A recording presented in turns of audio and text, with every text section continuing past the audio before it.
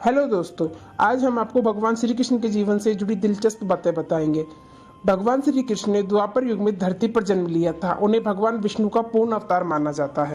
भगवान श्री कृष्ण को श्री हरि का 8वां अवतार कहा जाता है। माना जाता है कि भगवान कृष्ण नारायण का पूर्ण अवतार थे। धरती पर जन्म लेने के बाद कृष्ण अवतार में उन्होंने बहुत सी लीलाएं की। कान्हा से लेकर द्वारिकाधीश श्री कृष्ण बनने तक उन्होंने बहुत कठिन सफर तय किया। श्री कृष्ण के हर काम के पीछे जन कल्याण, मनसा और संसार के लिए एक संदेश छिपा रहता था। हर साल भाद्रपद मास की कृष्ण पक्ष की अष्टमी तिथि को कन्हैया के जन्मोत्सव के रूप में मनाया जाता है। इस पावन अवसर पर हम आपको बताएंगे भगवान श्री कृष्ण से जुड़ी कुछ बातें। कहा जाता है कि श्री कृष्ण की कुल 16,108 रानियां थी। वास्तव में उनकी 8 पटरानियां थी। उनका नाम रुक्मणी, जामवंती, सत्यभामा, कालिंदी, मित्रविंदा, सत्या, भद्रा और लक्ष्मणा था।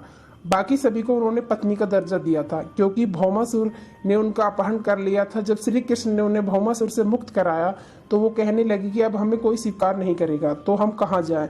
इस पर भगवान श्री कृष्ण ने उन्हें अपनी पत्नी का दर्जा देकर स्वीकार कर लिया और जीवन भर उनका जिम्मा उठाया। श्री कृष्ण 64 कलाओं में निपुण बताए गए। कहा जाता है कि उन्होंने 64 कलाएं गुरु सांदीपनि से 64 दिनों में सीख ली थी।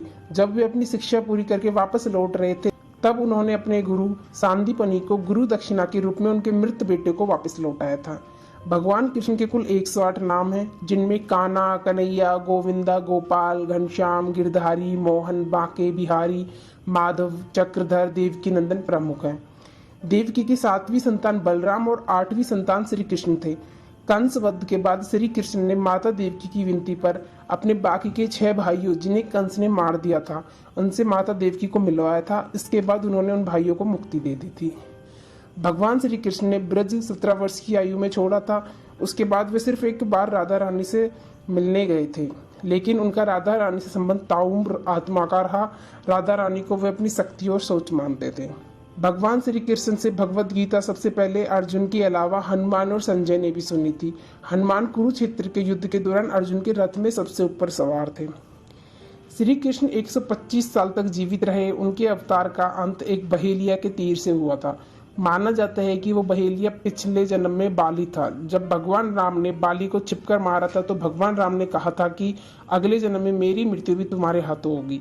इसके बाद जब द्वापर युग में नारायण कृष्ण बनकर आए तो वे जब एक पेड़ पर बैठे थे तभी बहेलिया ने उनके पैर में बने एक निशान को चिड़िया समझकर तीर चलाया।